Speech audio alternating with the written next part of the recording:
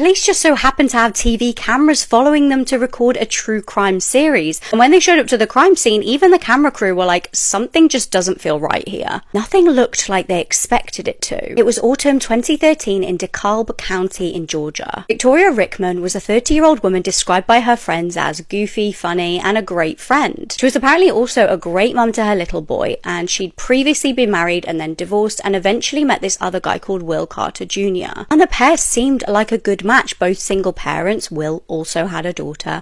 They were the same age, similar interests. It kind of just made sense. I mean, Will had his own business, so Victoria felt like she could rely on him to support them financially. But as we know on my videos, things aren't always as they appear on the outside. The relationship was apparently volatile. It certainly wasn't this fairy tale that everybody thought. And it really depends on who you speak to as to who was kind of the aggressor in the relationship. Some people say it was definitely her. She was the one causing fights constantly. She was very aggressive. And others were like, no, he was the abuser and she was kind of reacting. The relationship was extremely on and off. They were honestly back, forth, constantly getting together, splitting up, getting together again. But on the 13th of September, things would end for good. In the early hours, police got this frantic phone call from Victoria. Immediately she confessed. She was like, I've just killed my boyfriend because he R'd me. It was like I had no choice but to shoot him to stop the attack. And bizarrely, like I said, the police team were actually being followed by a TV camera crew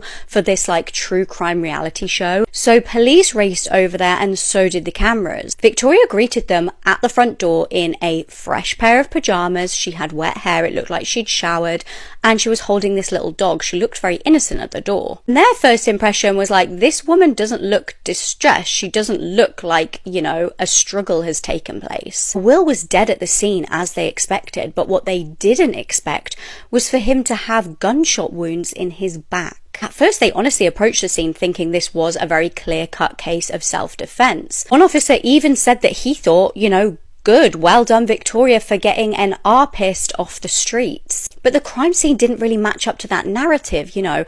Usually if people are shot in self-defense, they don't have gunshot wounds in their back. That usually means they're trying to leave the situation. It also didn't look like he'd been shot to sort of get him off her, because he had 10 gunshot wounds. And when Will's family heard the news, they absolutely broke down. They couldn't believe that this had happened, but they did say there was warning signs. They said they knew he was in danger. They had photo evidence of him coming to them once with a bleeding head. And he was like, Victoria hit me over the head with a hammer. His family were like, this is a dangerous woman and this was not self-defense. Now, she was actually taken to the hospital to be checked over. Medical staff can't always tell if you've been to be honest, but they can check you out to see if you've got any kind of like injuries that back up the story. And they couldn't with her. Now, she said he'd restrained her, beat her, and R'd her, but she had no kind of internal injuries. Now, she did actually have a couple of bruises on her, but the medical staff couldn't really determine whether these were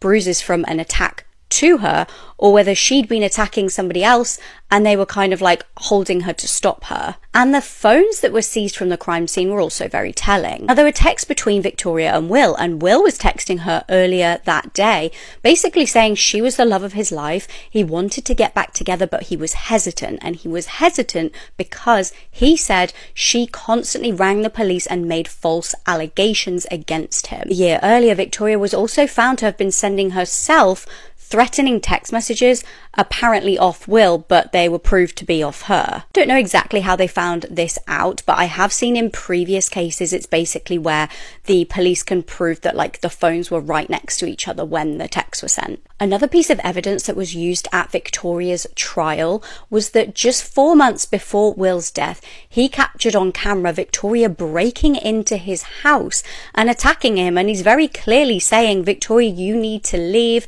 He's saying, get the hell out of here, I'm scared of you. He goes, you're a toxic web of lies. And she was actually arrested and the charges were pending at the time of Will's killing. Now, infuriatingly to me, I don't know what you guys make of this, it turned out the gun that Victoria used to kill Will was actually given to her by a law enforcement officer called Rick Price. He'd apparently met her at the courthouse and given her one of his personal guns because she said to him how scared she was of Will. Like, what, you could just give out guns willy-nilly? He admitted to being romantically interested in her and even took her to a gun range to practice. but he maintains he saw her with a black eye and that's why he thought she was in danger. Now, after a very tense trial, Victoria was found guilty of murder and she was given life without parole. But that's never stopped everybody arguing about this case and what really happened in that bedroom.